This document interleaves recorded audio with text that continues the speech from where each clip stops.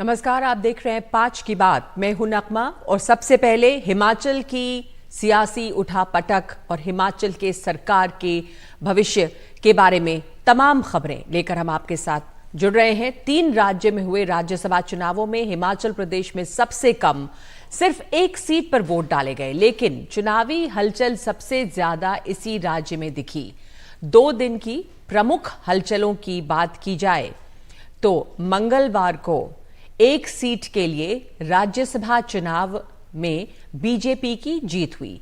BJP के हर्ष महाजन जीते और उनसे हारे कांग्रेस के अभिषेक मनु सिंघवी।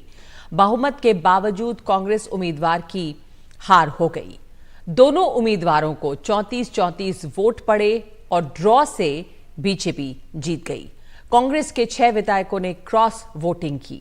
3 निर्दलीय एमएलए ने बीजेपी के पक्ष में मतदान किया। तो ये हुआ जिस समय वोट पड़ रहे थे राज्यसभा के चुनावों के लिए। आज की बात की जाए तो सुबह राज्यपाल से मिले जयराम ठाकुर। विधानसभा से 15 बीजेपी विधायकों को निष्कासित किया गया। ध्वनि मत से पास हुआ सुक्खू सरकार का बजट। चीफ मिनिस्टर सुक्खू का बयान आया। इस्तीफे की खबर को अफवाह बताया। प्रदेश सरकार के मंत्री विक्रमादित्य का इस्तीफा हुआ। विक्रमादित्य सिंह ने यह कहा कि मुझे अपमानित किया गया है। मेरे पिता जो राज्य में इतने लंबे समय तक जिन्होंने अपनी सेवा दी, उनकी मूर्ति लगाने के लिए भी यहाँ पर जगह नहीं मिली। हम बहुत भावुक लोग हैं, तो उनको इससे बहुत अपमानित महसूस हुआ। ये तमाम चीज़ें यहाँ पर चल रही हैं, लेकिन इस बीच ये लग रहा है अब कि कुछ दिनों के लिए ही सही, लेकिन सुक्खू की जो सरकार है उस पर से खतरा टल गया है। हमारी सहयोगी नीता शर्मा वहाँ मौजूद हैं और उन्होंने ये खास बातचीत की है मुख्यमंत्री सुक्खू से। सीआरपीएफ लगाने के बाद भी और यहाँ सीआरपीएफ तो यहाँ गेट तक पहुँच के गेट को तोड़ दिया तक भी वो हिमाचल प्रदेश सरकार को नहीं गिरा सके। तो इसके पीछे हिमाचल की जनता का आशीर्वाद है, आम लोगों का आशीर्वाद है। मैं एक बात कहना चाहता हूँ कि लोकतंत्र में इस प्रकार की प्रैक्टिस बिल्कुल नहीं होनी चाहिए। सर, लेकिन ये जो लोगों का कहना है कि आप जो है एक जो अनपॉपुलैरिटी है आपकी, ये वजह बन रही क्योंकि अभिषेक मनु सिंघवी जिस तरह से हारे, तो you could not manage your flock together. देखिए, कुछ विधायकों की राजनीतिक इच्छा थी। सभी विधायकों की राजनीतिक इच्छा को पूरा नहीं किया जा सकता और कुछ जगह प्रलोभन था। उसमें से एक एमएलए ने तो बड़े दुखी मन से कहा कि मुझसे गलती हो गई।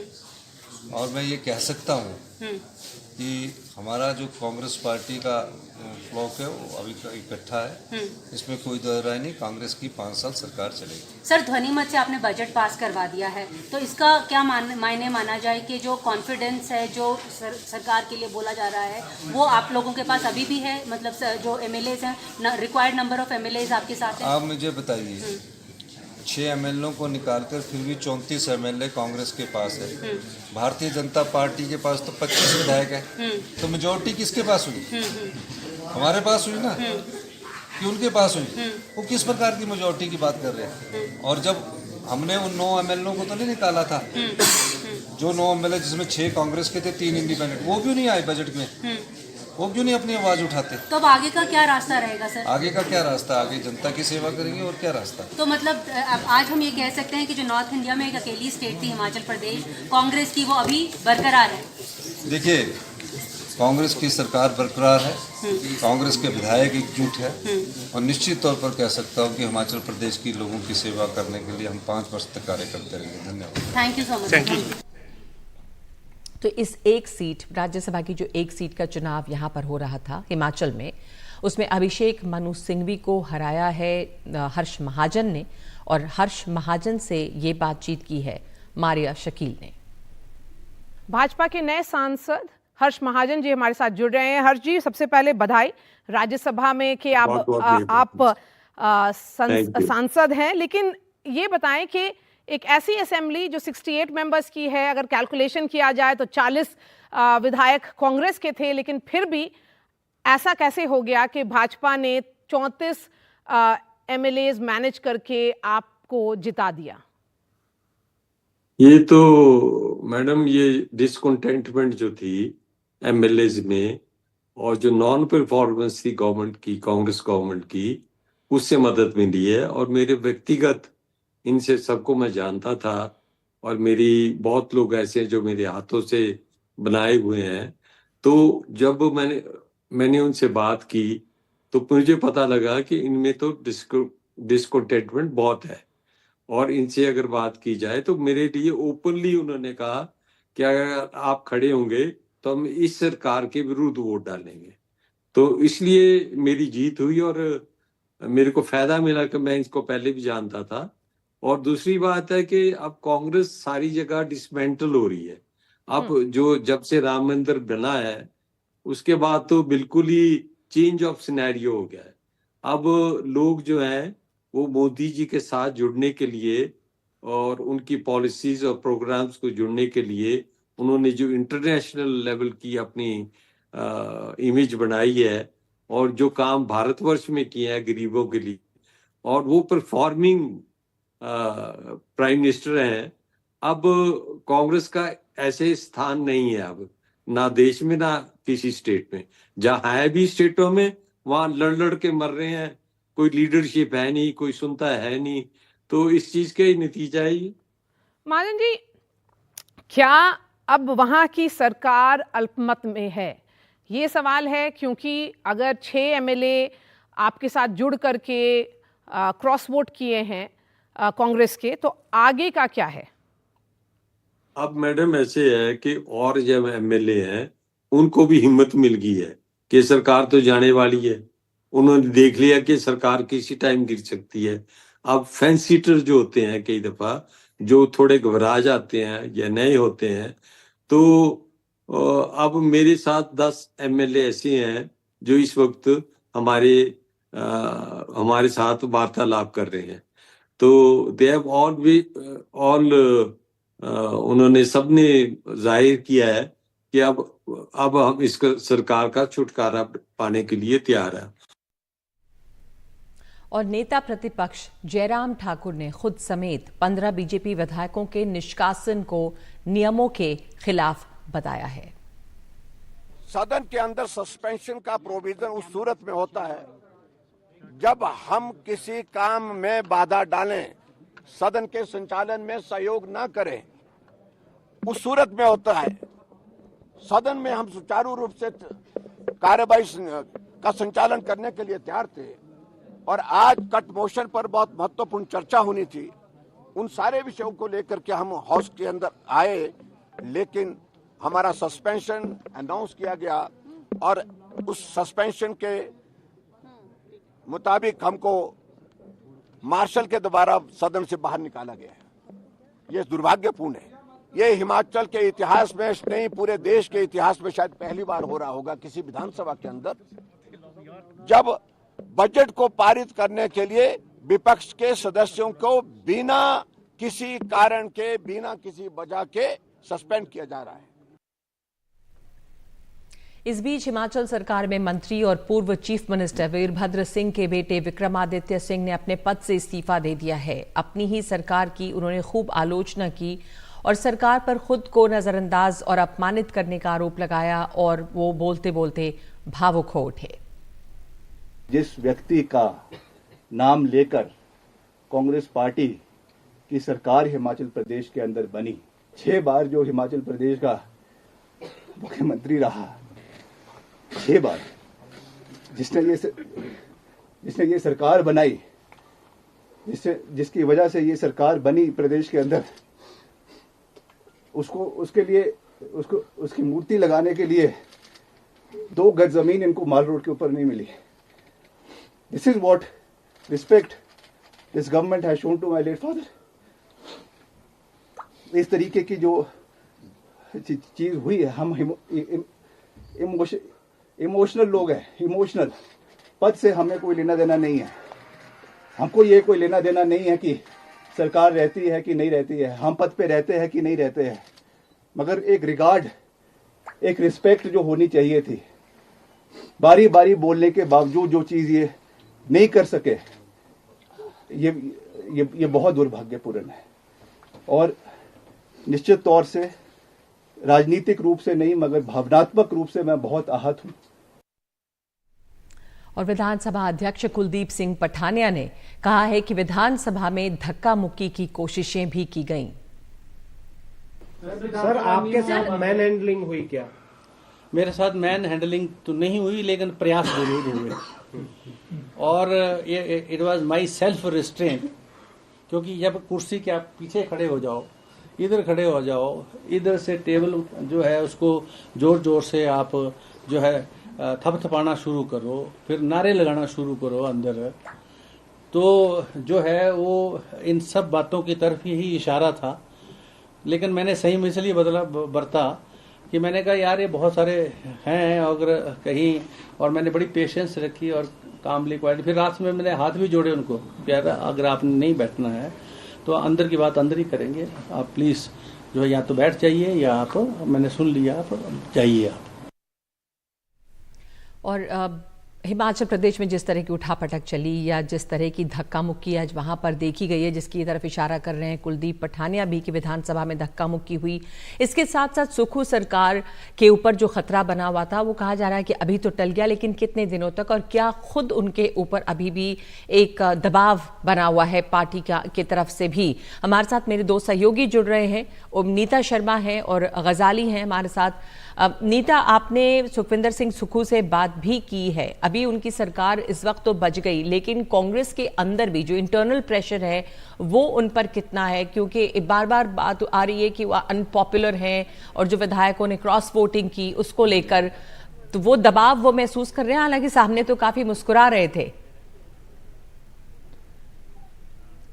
बिल्कुल नगमा, सामने तो हम मुस्कुरा रहे थे लेकिन दबाव बिल्कुल बेशक से है, क्योंकि जिस तरह से अभिषेक मनु सिंह भी, आपको ये याद रखना होगा कि पंजाब एक लौती स्टेट है नॉर्दर्न इंडिया में जहाँ पे कांग्रेस की सरकार है, उसको श्योर शॉट माना जाना चाहिए था कि अभिषेक मनु सिंह भी यहाँ से इलेक्ट हो जाते, लेकिन वो इलेक्ट नहीं हुए, उल्टा हर्ष महाजन हो गए। अभी कुछ चंद लम्हे पहले मैंने जयराम ठाकुर से भी बात की, तो उनसे भी मैंने यही पूछा कि क्या ऑपरेशन लोटस यहाँ पर फेल हो गया है, तो उनका कहना था ऐसा कोई ऑपरेशन लोटस तो भारतीय जनता पार्टी ने चलाया नहीं, लेकिन जिस तरह से उनके एमएलएस को एक्सपेल किया गया और जिस तरह से वॉइस वोट के जरिए जो बजट है पास करवाया गया और एक दिन पहले ही साइनेडाई जो असेंबली है उसे जो है वो घोषित कर दिया गया, उससे ये पता चलता है कि जो सुखविंदर सिंह सुक्खू की जो सरकार है वो अल्पमत में आ चुकी है, माइनॉरिटी में आ चुकी है और कुछ ही चंद ही दिनों की बात है। लेकिन इस बात का वो जवाब नहीं दे पाए, क्योंकि ये लोग यहाँ पर बिल्कुल मान रहे हैं कि जो फाइट है ये भारतीय जनता पार्टी और कांग्रेस की नहीं है, ये विद इन द कांग्रेस जो है वो फाइट है, ये कांग्रेस वर्सेस कांग्रेस है। क्योंकि हमें यहाँ पर ये भी याद रखना होगा नगमा कि हर्ष महाजन खुद जो है 2022 तक खुद कांग्रेस के विधायक थे, वो कभी इलेक्शन जो है वो हारे नहीं थे, उन्होंने भारतीय जनता पार्टी ज्वाइन की थी, जिसके बाद अब वो यहाँ पर राज्यसभा के जो मेंबर हैं वो बन गए। यही वाली बात मैंने जयराम ठाकुर साहब से भी पूछी थी कि आखिरकार जो जीत कर आया वो तो एक कांग्रेस ही था, कहते उनका ये कहना था कि नहीं, अब जो जयराम हैं, जो हर्ष महाजन साहब हैं, वो अब भारतीय जनता पार्टी के नेता हैं और उन्हें इलेक्ट किया गया है और वो उनको जो है वो कांग्रेचुलेट कर रहे थे। लेकिन जिस तरह से कांग्रेस पार्टी में जो रिजेंटमेंट है एमएलएज में, क्योंकि ये बोला जा रहा था कि कुछ एमएलएज की ये चाह थी कि वो जीत कर आए हैं तो उन्हें कोई अच्छा पद दिया जाएगा, ओहदा दिया जाएगा, उन्हें ओहदा नहीं दिया गया। लेकिन जिस तरह से जो स्टेटमेंट्स आ रहे हैं उन्हें भी, उनके भी इन्फ्लुएंसेस जो हैं वो ड्रॉ करने की जरूरत है। जो सुक्खू साहब हैं, चीफ मिनिस्टर साहब हैं, हालांकि उनका ये कहना है कि पूरी जो दृढ़ता के साथ अगले 5 साल जो है वो कांग्रेस की सरकार यहाँ पर चलेगी। नगमा, गजाली, आपको क्या लगता है ये अभी जो संकट टला है वो कुछ दिनों का संकट है, ऑपरेशन कमल अभी कामयाब नहीं हुआ, लेकिन कब तक की सुक्खू सरकार रहेगी? और जिसकी बात नीता कर रही हैं कि कांग्रेस के अंदर अंदर ही बहुत मारकाट और रिजेंटमेंट है सुक्खू के खिलाफ, तो ये कांग्रेस बीजेपी की फाइट नहीं है, ये इन फाइटिंग है। और उसी भाई हमने सुना भी कुछ देर पहले ही कि किस तरह से विक्रमादित्य जी जो है इमोशनल हो रहे थे। जी देखिए नगमा, अगर पिछले 24 घंटे की आप पूरी कार्रवाई को देखें तो ये ओपन फॉर ऑल है। हिमाचल में भाजपा के पास संख्या नहीं थी, वो राज्यसभा जीत गए।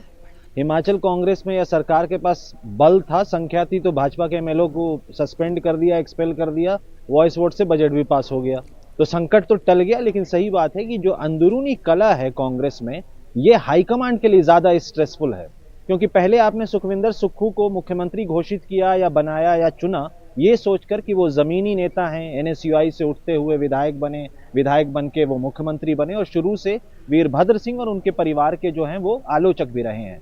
ये सोचकर कि आपने एक जमीनी नेता को मुख्यमंत्री बना दिया कि दो आलोचना से आप बचेंगे। पहला ये कि वीरभद्र सिंह के परिवार पर, स्वर्गीय वीरभद्र सिंह के परिवार पर करप्शन के चार्जेस लगते रहे हैं, और दूसरा ये कि परिवारवाद का जो आपको बार बार टॉन्ट सुनना पड़ता है उससे आप बच जाएंगे।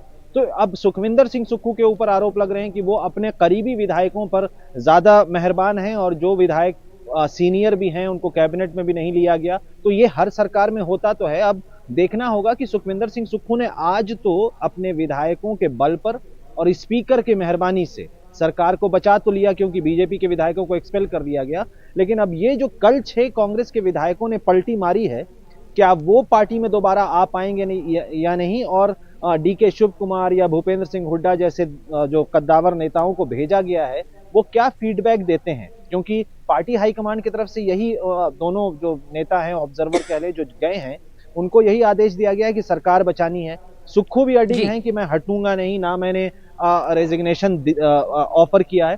तो अब यही देखना होगा कि वीरभद्र सिंह के परिवार को कांग्रेस अपने साथ रखने पर आमादा होती है नहीं, क्योंकि जयराम रमेश जो अपने प्रेस कॉन्फ्रेंस में कह रहे थे कड़े फैसले लेने होंगे, तो क्या वो कड़े फैसले में सुक्खू साहब की छुट्टी होती है, या वीरभद्र सिंह के परिवार की छुट्टी होती है, या उन 6 विधायकों की छुट्टी होती है? ये 3 चीजों पर नजर रखना ज्यादा जरूरी है। जी, बहुत शुक्रिया आपका गजाली। आपने जैसा बताया कि यही देखना होगा कि आगे कांग्रेस आलाकमान क्या फैसला लेती है, वीरभद्र सिंह का परिवार या फिर सुखविंदर सिंह सुक्खू, या 6 विधायक, इनमें से इन सबको इकट्ठा तो नहीं रखा जा सकता। तो क्या होगा फैसला अब आलाकमान के हाथ में है। 5 की बात में एक ब्रेक ले रहे हैं और हम हिमाचल पर यह चर्चा इसके बाद जारी रखेंगे।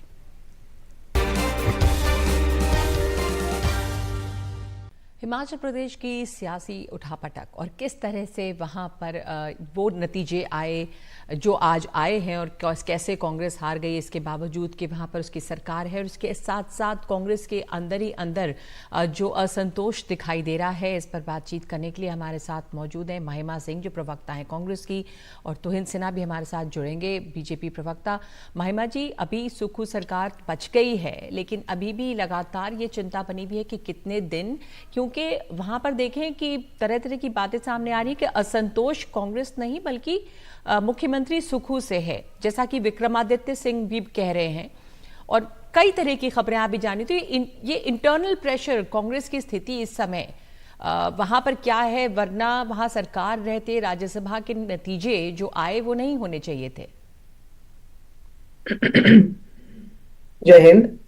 देखिए, आज फाइनेंस बिल पास हुआ विधानसभा के अंदर हिमाचल प्रदेश में, लेकिन कल जो हुआ वहां पर वो लोकतंत्र की हत्या है। चंडीगढ़ के चुनाव में तो हमने साफ तौर पर देखा बैलेट पेपर के साथ जो खिलवाड़ हुआ था, सर्वोच्च न्यायालय ने करारी फटकार लगाई। लेकिन आज भाजपा ने इस देश के अंदर लोकतंत्र की जो बदहाली कर दी है नगमा जी, उस पर नौशाद अली साहब की ये जो पंक्तियां हैं, ये इससे सचेत हो जाना चाहिए भाजपा को कि कल इंतकाम लेना मेरा प्यार आपसे। ये जनता कह रही है भाजपा को कि कल इंतकाम लेना मेरा प्यार आपसे, इतना सितम ना आज मेरे साथ कीजिए। जनता चुनाव की प्रक्रिया से अपने नुमाइंदों को चुनती है, और उन नुमाइंदों के साथ वो विधानसभा बनती है, सदन बनता है।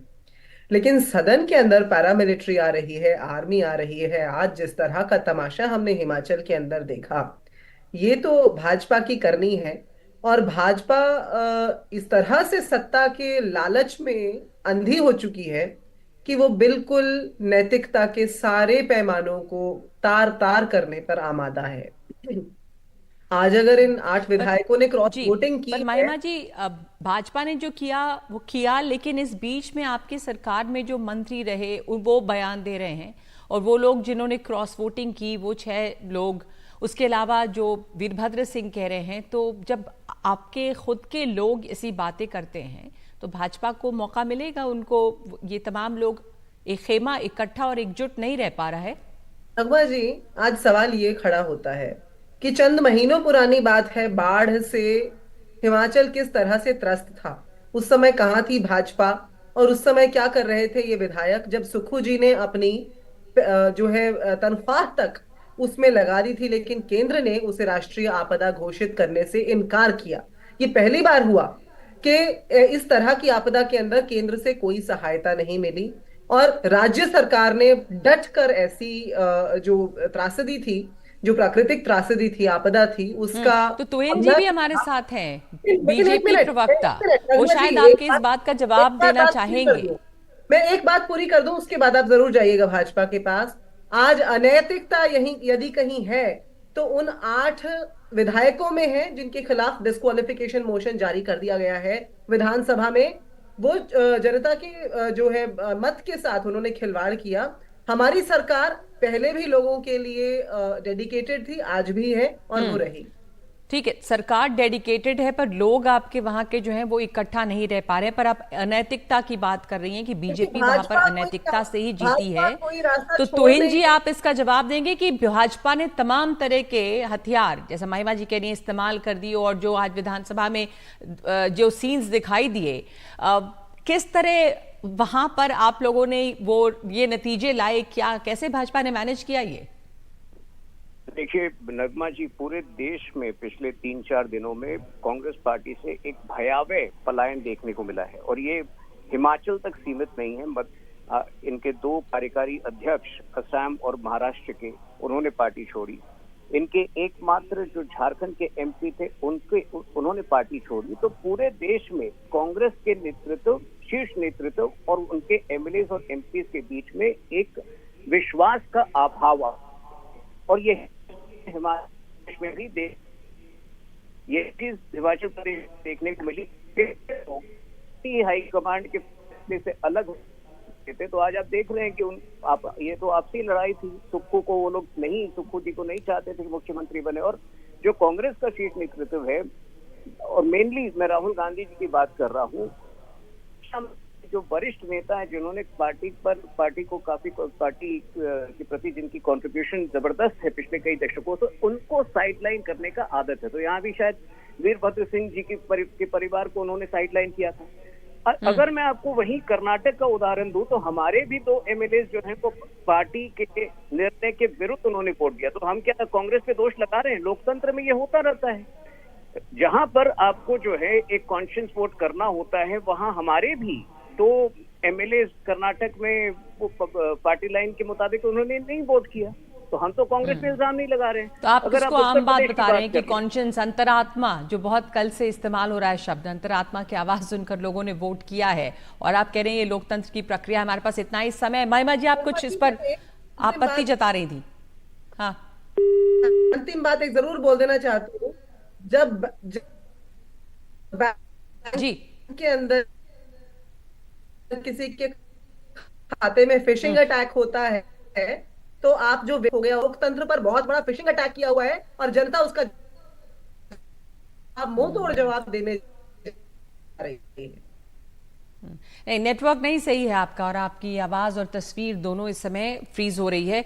पर लोकतंत्र में ये होता है। दूसरी तरफ कांग्रेस का आरोप है कि बीजेपी ने जो किया, जिस तरह के जोड़ तोड़, और उसकी वजह से यहाँ पर कांग्रेस की हार हुई।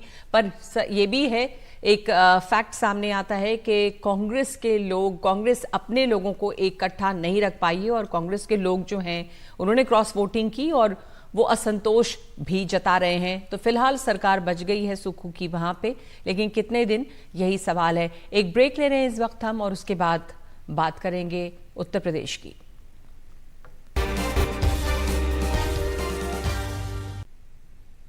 हिमाचल ही नहीं, उत्तर प्रदेश में भी बीजेपी ने अखिलेश कैंप में सेंधमारी की है। अखिलेश के 7 विधायकों ने क्रॉस वोटिंग की। इसको लेकर समाजवादी पार्टी अध्यक्ष अखिलेश यादव ने आज फिर बीजेपी पे हमला बोला। कोई विवाद नहीं हुआ। देखिए, ऐसा है, कोई विवाद नहीं हुआ। हमने कहा कि सब अंतरात्मा से आप वोट दे दिए। अगर आपकी अंतरात्मा बीजेपी को कहती है बीजेपी को वोट दीजिए, अगर अंतरात्मा कहती है सपा को वोट दीजिए, सपा को वोट दीजिए। अब दूसरों से पूछना पड़ेगा वो हमारे साथ है कि नहीं है।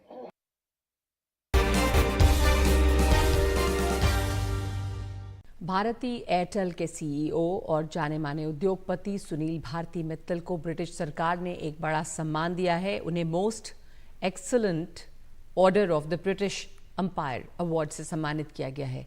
ये सम्मान उन्हें ब्रिटेन भारत बिजनेस रिलेशन में योगदान के लिए दिया गया है।